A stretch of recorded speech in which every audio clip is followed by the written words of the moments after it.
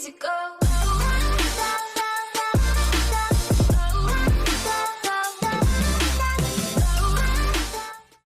Welcome back, Buc Bros. We're back again. The Bucs coming in at 5-1 after a victory this Thursday night against the Eagles. I'm joined as always by our Buc Bros, Zach, John, and Bryce. Welcome back, guys. What's up, man? Hey, welcome back, broadcasters. What's up, everybody? Hey, guys. Welcome back. And we've had a little bit off of football now with the length since we were on Thursday night. We go into the game game review now. A little closer than I would have liked. 28-22 is the final. Bucs pick up the victory in Philadelphia. Just from my standpoint, when I was watching this game, we got off to an early lead, and I would have liked to have seen a little bit more of a killer instinct from the guys. Similar to what we saw in the Dolphins, it was close going into the fourth, and then we separated. This was a little bit of difference. We were pretty wide margin lead going into halftime, and then it kind of got closer. So a little bit more of a killer instinct for me. What do you guys think about the game? I absolutely agree with you. I mean, we kind of took our foot off the gas there again. And there were definitely several drives where we definitely could have put up more points than we did. But I think overall, I mean, we scored in every quarter, and that's fairly big for us, I believe. And so, yeah, we let them come back there at the end, and we didn't really have a response for their rushing game. But otherwise, I think it was a game that we won. Like you said, it was closer than we would have liked. But I definitely think it was a good win, especially in prime time to get a win like that. Yeah, definitely agree with you, John and Ryan. A little bit disappointing, I guess, to see us kind of let off the gas there in the third quarter when we had the 28-7 lead. But that being said, I mean, overall, I thought the game was good, especially coming off a short week with all the injuries that we had. One thing that I'd like to see clean up, I mean, 14 of those points from the Eagles came off of long pass interference calls. So from an execution standpoint, and we kind of talked about this in the prior episode, I think most of the night we executed well, but there were I would say there were times where execution was poor, and part of that had to do with some of the penalties that we incurred during the game. I also am kind of baffled by that fourth down decision there in the fourth quarter, 4th and 2.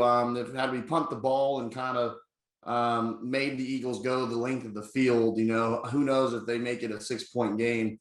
But that, I kind of like, it's kind of 50-50 aggressive. There was a 4th and 1 where we punted before, where I thought we should have went for that earlier in the game. So I can't really complain too much. I do like the aggressiveness there by Bruce Arians. And then overall, I think at the end of the game, when we had to make a third down play to secure the win, we did. And that was really big, is, again, having Tom Brady, having the veterans that we have, like Antonio Brown, having those guys was very valuable. And then the other thing we were talked about was the Eagles' run defense is pretty lackluster. And guess who got going? John's fantasy player of the game, Leonard Fournette, had a big day. So I'm good to see that he had a really productive day on the ground and in the air. So overall, really good performance by Leonard Fournette there. Yeah, I mean, even Ronald Jones had a fairly decent game. I still would have liked to seen us do better on the ground. I mean, we only had 102 rushing yards. They had 100 rushing yards. So, I mean, it wasn't like we dominated them on the ground. We 300 of our 400 total yards were through the air. So, I mean, Leonard Fournette did score twice, but I mean, we could have done better on the ground, certainly. Yeah, I mean, for me, I come away from that game frustrated by penalties. That's 120 yards with the penalties. They didn't have 120 yards passing. They didn't have 120 yards rushing, like John just said. Their most effective side of their offense was drawing fouls. It was really frustrating to watch. They're not a good team, so like the fact that this game is even a close one at the end of it is frustrating, and they kind of got marched down the field. We did have success though throwing the ball against them, which statistically was their strong suit on defense. So that was good to see, but it obviously shouldn't have been that close of a game. The huge lead falls apart. I know for a fact that Brian watched this game. So the last 2 games Brian watched have had very stressful moments in them. So I don't know what you're doing, Ryan. when you weren't watching, we blew the Falcons out. Say something nice though about, the Bucs, no sacks allowed. That's phenomenal. I like seeing that. The turnover is kind of like just a punt, basically, just Brady just throwing it out. I saw the kid who picked it off was on TikTok after the game celebrating with his family. I picked off Tom Brady, which is exciting, but it was kind of inconsequential. Yeah, and for me, I thought the game was going to be a showcase of trade bait for OJ Howard. And then I ended up being wrong, and it was trade bait for Zach Ertz. The Eagles took our spot there. It was another week where I watched OJ Howard look dynamic and catch the ball and look like everything we expected a first rounder to be. And I have to wonder where he's been. Where has he been all season? Where was he last season? And will we see that again? And I have to wonder, why is he still on the team? If he's that good a player, why is he still here? Yeah, we'll say it seems like he's building a better chemistry with Brady since he's come back healthier. I mean, obviously he's not going to be anywhere near the chemistry that Brady and Gronkowski have, but in Gronkowski's absence, it's nice to see that he's picking up his production. Right, but with us expecting Gronkowski back as early as this week, you just really have to wonder, you know what I mean? Like, what's his value to the team when we have so many pieces that are missing? I think you see his value. I mean, what if Gronk gets hurt again? And that's you have Cameron Brate, something that can happen. So why not have a dynamic player as a backup tight end, or in passing situations you could use 2 tight ends. And then you have Cameron Brate as your third stringer. So the depth and tight end of this team is pretty high, right? So I think that's his value is for now. Use him as a high quality backup. Are we going to accept or are we going to give him a new contract? Who knows? But for now, I think that's what his value is. Convert him to a 6'6" safety. That's for real. Quarterback, yeah. All right, let's move to the game preview, guys. We're heading into week 7, game 7, and we've got the Bears coming into town at 425 into Ray J. The Bears coming off a loss against their unfortunate owner, apparently. They come in with a 3-3 record, and a trend that I see is these teams kind of are in transition a little bit, similar to the Bears. They're starting a rookie QB, and it seems like we're facing a lot of these young QBs. It seems to be a lot. I think this is the 4th week in a row we'll face a year 1, year 2 QB. So what are you guys looking for in this game? And please tell me your fantasy player for the game. I love nothing more than to beat the Bears. This is the one team that I hate more than any other NFL team and their fans.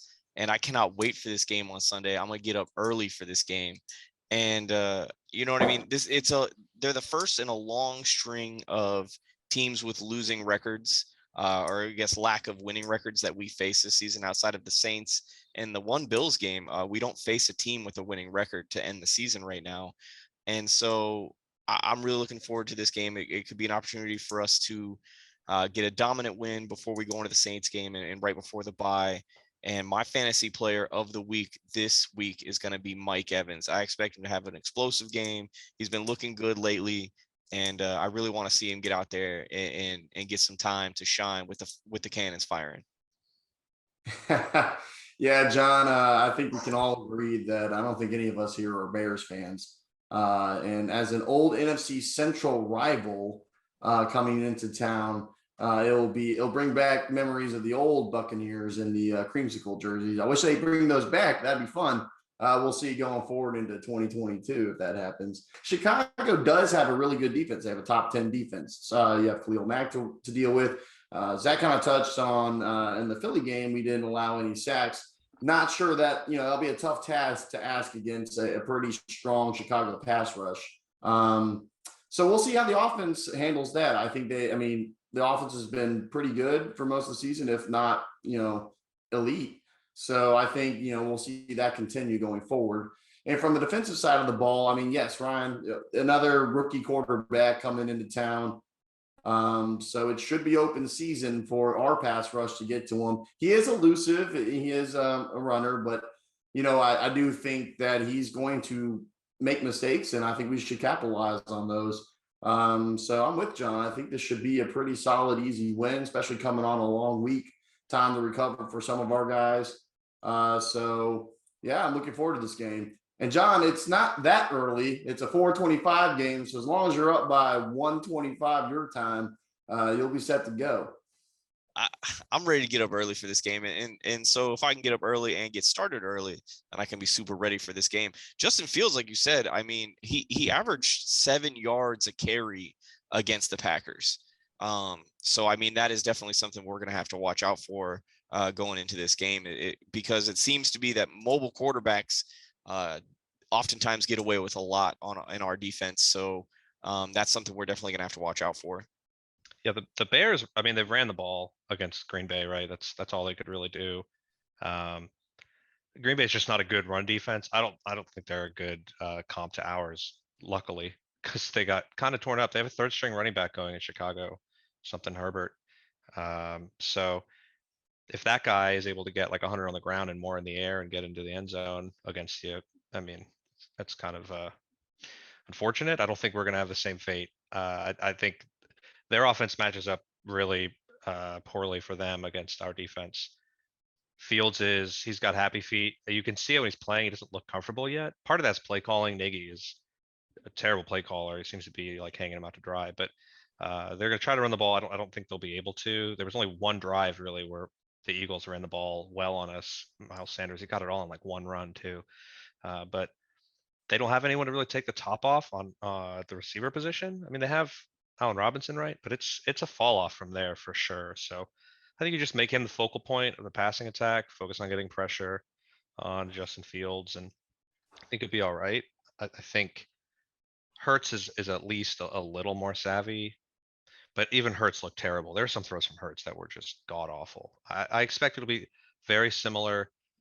Yeah, try to keep him, contain as best you can, get, Devin Spine him, or however you want to do it. But yeah, I don't think they're a good matchup for us as far as their chances go. I like it a lot for us.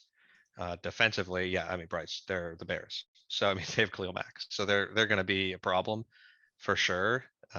But just stick to the game plan, run the ball, set up play action, just do what we do best. I think we'll be all right.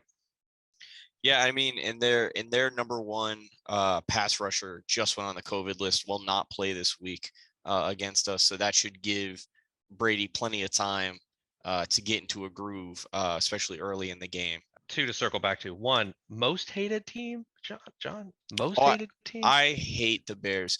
In fact, it's not a little hyperbolic. I can tell you that I've only been kicked out of several games, and that 2 of them were Bears games. So that's how I feel about Bears games. Oh, okay, and it's the fans.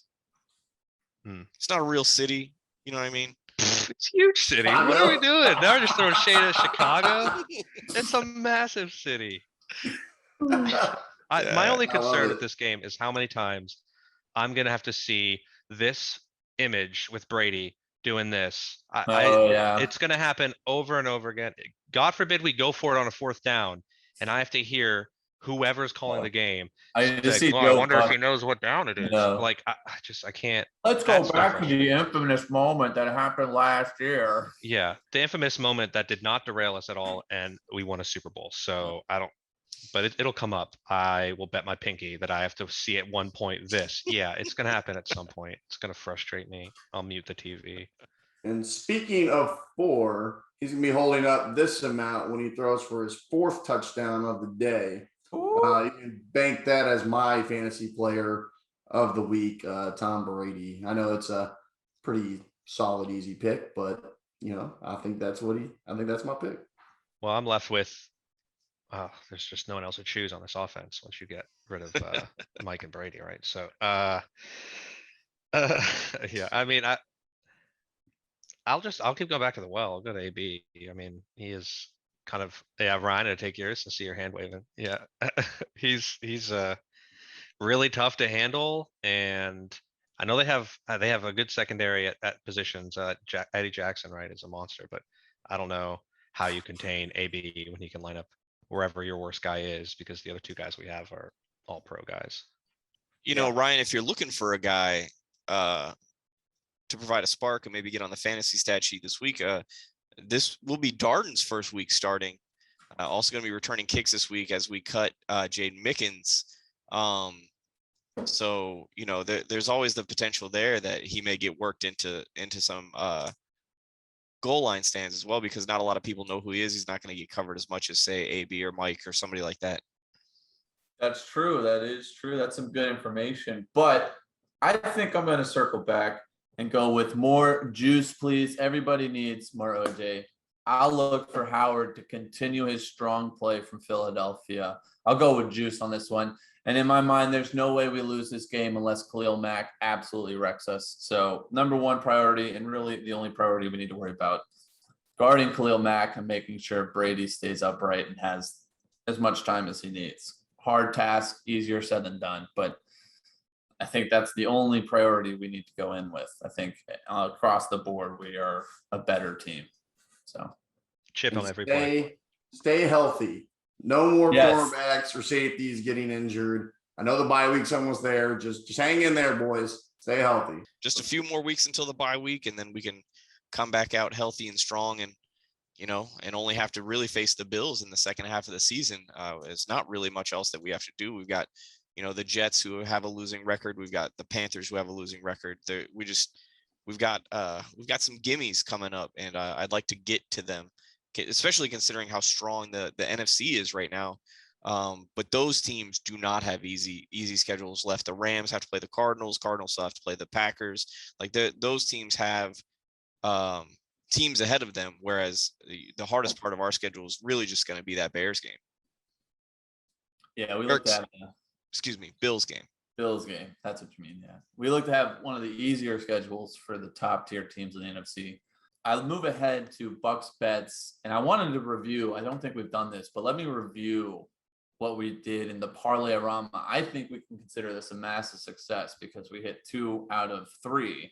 And what was the payout on that, by the way? I don't think we got that. Well, the ones that hit were plus 240 and plus 235. So pretty good. Basically, one was 2.35 your money, the other was 2.4. So you did pretty good. And then obviously you just can minus a whole unit on the one that didn't hit. So I did do some number crunching because we're finally profitable as a sports book, I guess.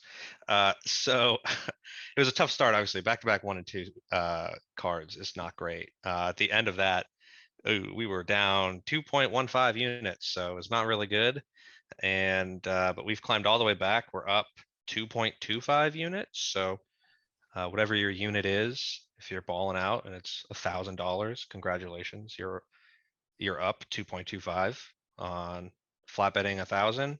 That's pretty good. 22.5. So no, yeah, 2,250. Yeah, I'm good at math. So we've done a lot better of late, and we're a perfect 500. But because of the parlays being so boosted with the odds there, we are up 2.25 unit. So naturally the parlay. So congratulations to those viewers who bet their mortgage on Bucs Bets. But so what do you got for us this week, real quick? What do you have for us on the Bears? Well, if we're going to talk about betting a mortgage, I would like to say 1-888-GAMBLER. If you have a gambling addiction, please call. This week, yeah. I mean, we're so close to the sports books being open and active here in Florida. I'm so excited. We got a case dismissed the other day. Joe Biden said he wants it thrown out too, the other one. So let's go. This week coming up is we're such heavy favorites. We're like 13-point favorites, 12.5-point favorites. I have to think that'll move a little bit if you want to touch the spread for the whole game. I'm just gonna stay away from that. That's just a lot of points. And the way we take the foot off the gas of late in the second half, I could see it looking like an easy cover the whole way until the fourth quarter, and we just kind of start slowing down and let them back in on the scoreboard. So that being the case, I'm going to go off of some trends. The Bears under has hit the last 5 games. I think our under has hit 2 out of the last 3. So that's actually going to be kind of getting out of the way early. That's our lock of the week. It's going to be the under. It's 47.5. I don't feel good about betting an under. Life is too short to bet the under, but I'm just trying to read the trends. So outside of that, I like first half Bucks numbers. So we're going to do the first half spread again. We've done that a couple times. It's -7 right now. It'll probably move around a little bit, but I see it at -7. And Chicago is not a good offense. We are a good defense. We look like we're turning a corner. I'm going to take under Chicago's total points, 16.5. So that's it. Chicago under 16.5 total points, Bucks -7 in the first half. And then our lock is the under. I don't feel good about it, but I'm just trying to use my brain. All right, Buc Bros, that's going to do it for this episode. Thanks again for joining us. Make sure to subscribe, hit that like button. And as always, we like to sign off. Go Bucs. Go Bucs. Go Bucks. Go Bucks. If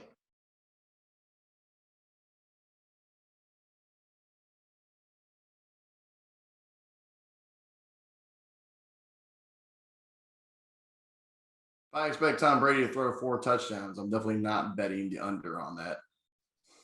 No, he can, as long as we don't. No. I mean, as long as we don't give up any, we're fine. I think you should 28-14. take that bet, Bryce. I think you should take that bet, of course. 28-14 works What's for it called? me. Hedging. There you go. Yeah, 28-14 hits all of those, so you're good. All right, 28-14. Let's do it. Yeah, call it. In fact, you can make a bet on exact score. It'll Put it pay big out on like the a. screen. 28-14. That You ain't heard no, it here first. that ain't no guess. That's That what it's ain't- gonna be. That's right. Yeah, okay. Indeed.